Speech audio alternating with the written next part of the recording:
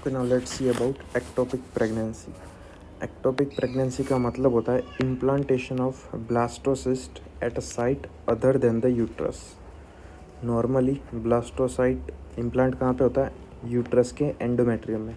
लेकिन वो अगर एंडोमेट्रियम के अलावा अगर दूसरी कोई साइट पे अगर इम्प्लांट हो जाए तो उसे कहते हैं एक्टोपिक प्रेगनेंसी।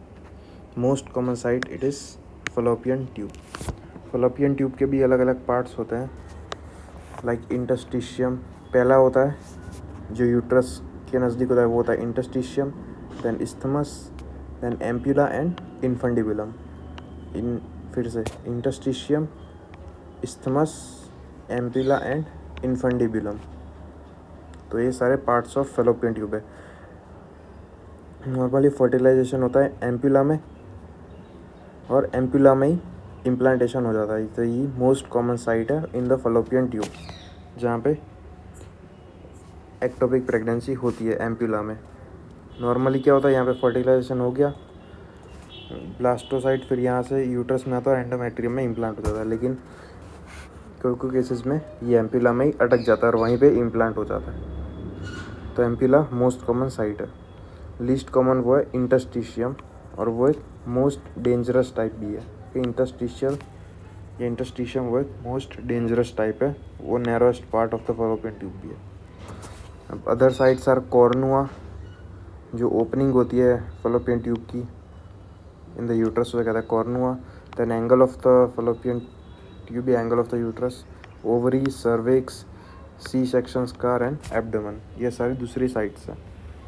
अब कोई भी एक्टोपिक प्रेगनेंसी हो, मोस्ट कॉमनली कहाँ पे होती है? फलोपियन ट्यूब में। तो उसमें दो आउटकम हो सकते हैं, या तो फिर वो ट्यूब जो है वो रप्चर हो जाए, या फिर ट्यूबल अबॉर्शन हो जाए। वो जो इम्प्लांटेशन जो फीटस कह सकते हो फीटस था, वो अबॉर्ट हो जाए।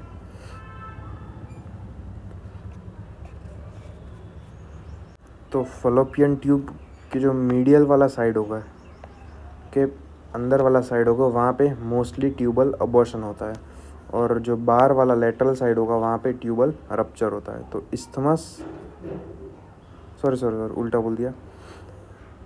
ट्यूबल रप्चर कहाँ पे होता है? इस्थमस एंड इंटस्टिशियम में। तो ये इंटस्टिशियम और इस्थमस, यहाँ पे ट्यूबल रप्चर होता है। और ट्यूबल अबॉर्शन कहाँ पे होता है? एम्प्यूला एंड इन्फंडिबुलम में। बाहर के साइड अबॉर्शन होता है, अंदर की साइड रप्चर होती है। तो ये आउटकम होगा, या तो ट्यूबल रप्चर या फिर ट्यूबल अबॉर्शन। उसके बाद risk factors of ectopic pregnancy. Most important risk factor वो है previous history of ectopic pregnancy, it is the highest risk factor. फिर है previous history of tubal surgery, इसमें अडिशंस फॉर्म हो जाता है, उसकी वजह से जो ब्लास्टोसाइट होता है, ब्लास्टोसिस्ट होता है, वो बाहर यूट्रस की तरफ नहीं आ पाता, फलोपियन ट्यूब में ही अटक जाता है ड्यू टू अडिशंस। उसके बाद है पेल्विक इन्फ्लामेटरी डिसीज़ और साल्पिंजाइटिस, ये भी एक कॉमन रिस्क फैक्टर है। फिर है genital tuberculosis, in short genital infections. फिर endometriosis, multiple sexual partners, cervicitis, low socio economic status, history of infertility, smoking. अब स्मोकिंग क्या करता है? वो ट्यूबल मोटिलिटी को इम्पेयर करता है, तो इसकी वजह से ट्यूबल मोटिलिटी कम हो जाती है, तो ब्लास्टोसिस्ट यूट्रस की तरफ नहीं आ पाता। फिर है ovulation inducing drugs like clomiphene citrate, and any assisted reproductive technologies like IVF, ICSI. Then contraceptive methods, they also increase the risk of ectopic pregnancy like progesterone pills, progesterone IUCD like Mirena, OC pills, ये सब tubal motility reduce कर देता है। फिर tubal ligation and copper T, ये tube को block कर देता है।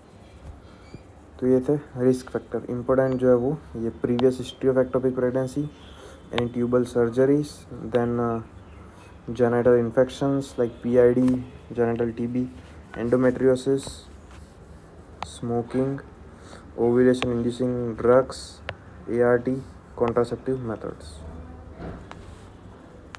उसके बाद ट्रायड ऑफ क्लिनिकल फीचर्स देखने को मिलता है इन एक्टोपिक प्रेगनेंसी। अब एक्टोपिक प्रेगनेंसी मतलब फीमेल जो है वो प्रेग्नेंट तो है, तो यूरिन प्रेगनेंसी टेस्ट में हमें पॉजिटिव आएगी pregnancy.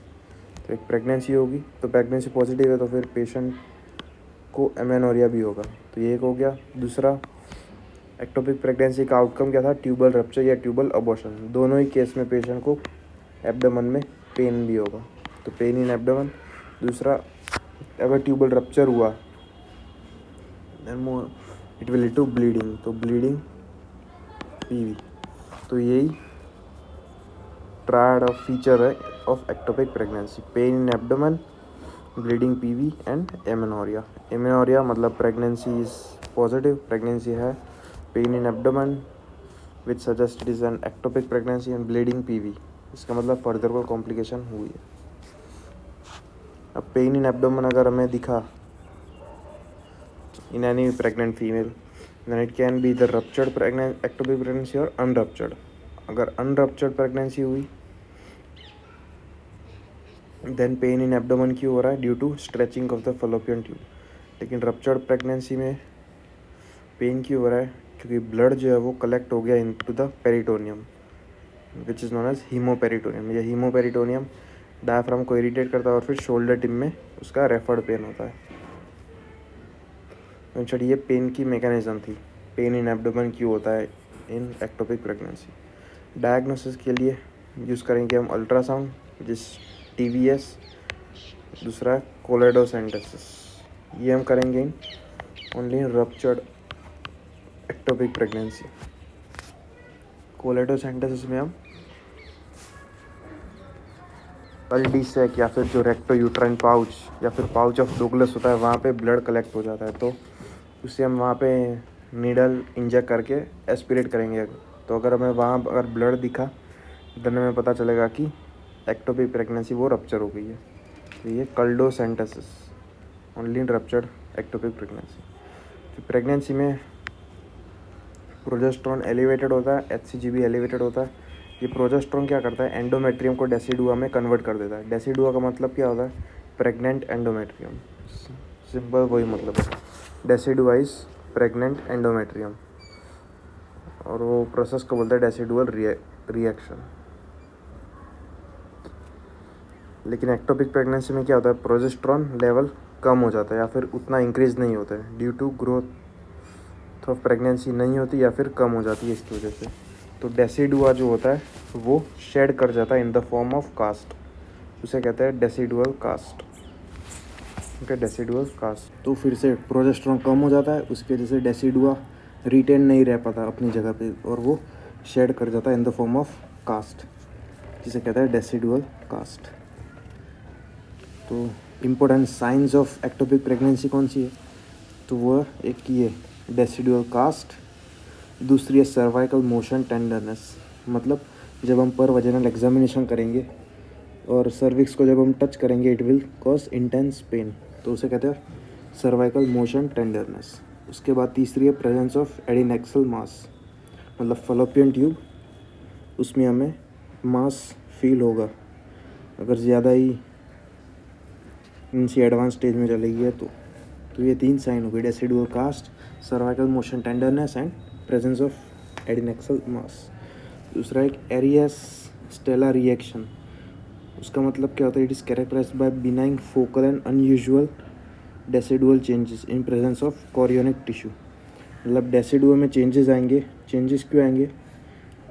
Due to presence of any chorionic tissue, मतलब प्लेसेंटा प्रेजेंट होगा, उसकी वजह से डेसिडुअल चेंजेस आएंगे unusual, like loss of polarity, pleomorphism, hyperchromatic nuclei, vacuolated cytoplasm. जो इम्पोर्टेंट वो है ये hyperchromatic nuclei, vacuolated cytoplasm and pleomorphism. ये एरिया स्टेला रिएक्शन ये एक्टोपिक प्रेगनेंसी में देखने को मिलता है, but it is not specific for ectopic pregnancy. It can also be seen in uterine pregnancy. Area Stella reaction, तो ये ओवरव्यू था ऑफ एक्टोपिक प्रेगनेंसी। अब डिटेल में देखेंगे रप्चर और अनरप्चर्ड प्रेगनेंसी और उसकी मैनेजमेंट। तो पहले रप्चर्ड एक्टोपिक प्रेगनेंसी, उसका diagnosis it is mainly clinical features जो ट्रायड बता दिए थे: abdominal pain, bleeding PV and amenorrhoea. Plus और माइनस शॉक भी प्रेजेंट हो सकता है कोई ओकेशन में due to heavy blood loss. फिर दूसरा है एब्सेंस ऑफ इंट्रायूट्राइन प्रेगनेंसी। जब हम अल्ट्रासाउंड करेंगे तब हमें इंट्रायूट्राइन प्रेगनेंसी नहीं दिखेगी। प्लस फ्री फ्लूइड और ब्लड इन द पेल्विस। ये हम पता कैसे करेंगे? बाय कल्डोसेंटेसिस, जो पहले बताया था कल्डोसेंटेसिस। उससे हम पता करेंगे फ्री फ्लूइड और blood in the pelvis. Plus urine pregnancy test वो पॉजिटिव होना चाहिए। ये तो पहला मोस्ट इंपॉर्टेंट स्टेप है। तो ये क्लिनिकल फीचर्स हो गए: triad, shock, absence of intrauterine pregnancy, free fluid और blood in pelvis, plus UPT positive.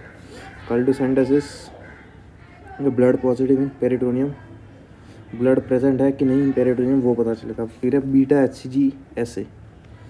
अब बीटा एचसीजी वो एक हार्मोन है which is secreted by placenta. Pregnancy में एलिवेटेड होता है, लेकिन एक्टोपिक प्रेगनेंसी में rise of beta HCG is less than 66% in 48 hours which suggest ectopic pregnancy. Suppose normal pregnancy में बीटा एचसीजी 100 वैल्यू तक जा रहा है, लेकिन एक्टोपिक प्रेगनेंसी में वो 66% या फिर 66 से कम इंक्रीज़ होगा, तो उसे कहेंगे एक्टोपिक प्रेगनेंसी। तो बीटा एचसीजी ऐसे rise in less than 66% in 48 hours. फिर serum progesterone level, intrauterine pregnancy में it is more than 25 nanogram पर ml, एक्टोपिक प्रेगनेंसी में it is less than 15 and non viable pregnancy में less than 5। जो gold standard है for diagnosis of ruptured pregnancy ectopic pregnancy वो है diagnostic laparoscopy, direct visualisation, diagnostic laparoscopy वो gold standard है। तो ये डायग्नोसिस और इन्वेस्टिगेशंस बता दी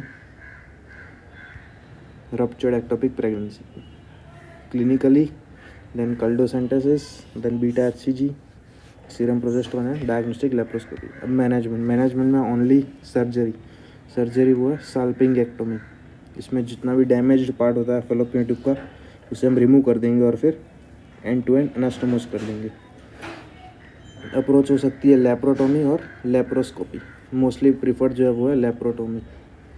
इसमें there is no role of any medical expectant और any other surgery, only salpingectomy, removal of damaged fallopian tube. Salpingoophorectomy भी नहीं करेंगे क्योंकि उसमें ओवरीज रिमूव कर देंगे तो it will create menopause like symptoms in the female. तो only treatment is salpingectomy in ruptured ectopic pregnancy. तो यही था रप्चर्ड एक्टोपिक प्रेगनेंसी। डायग्नोसिस बता दिया, मैनेजमेंट।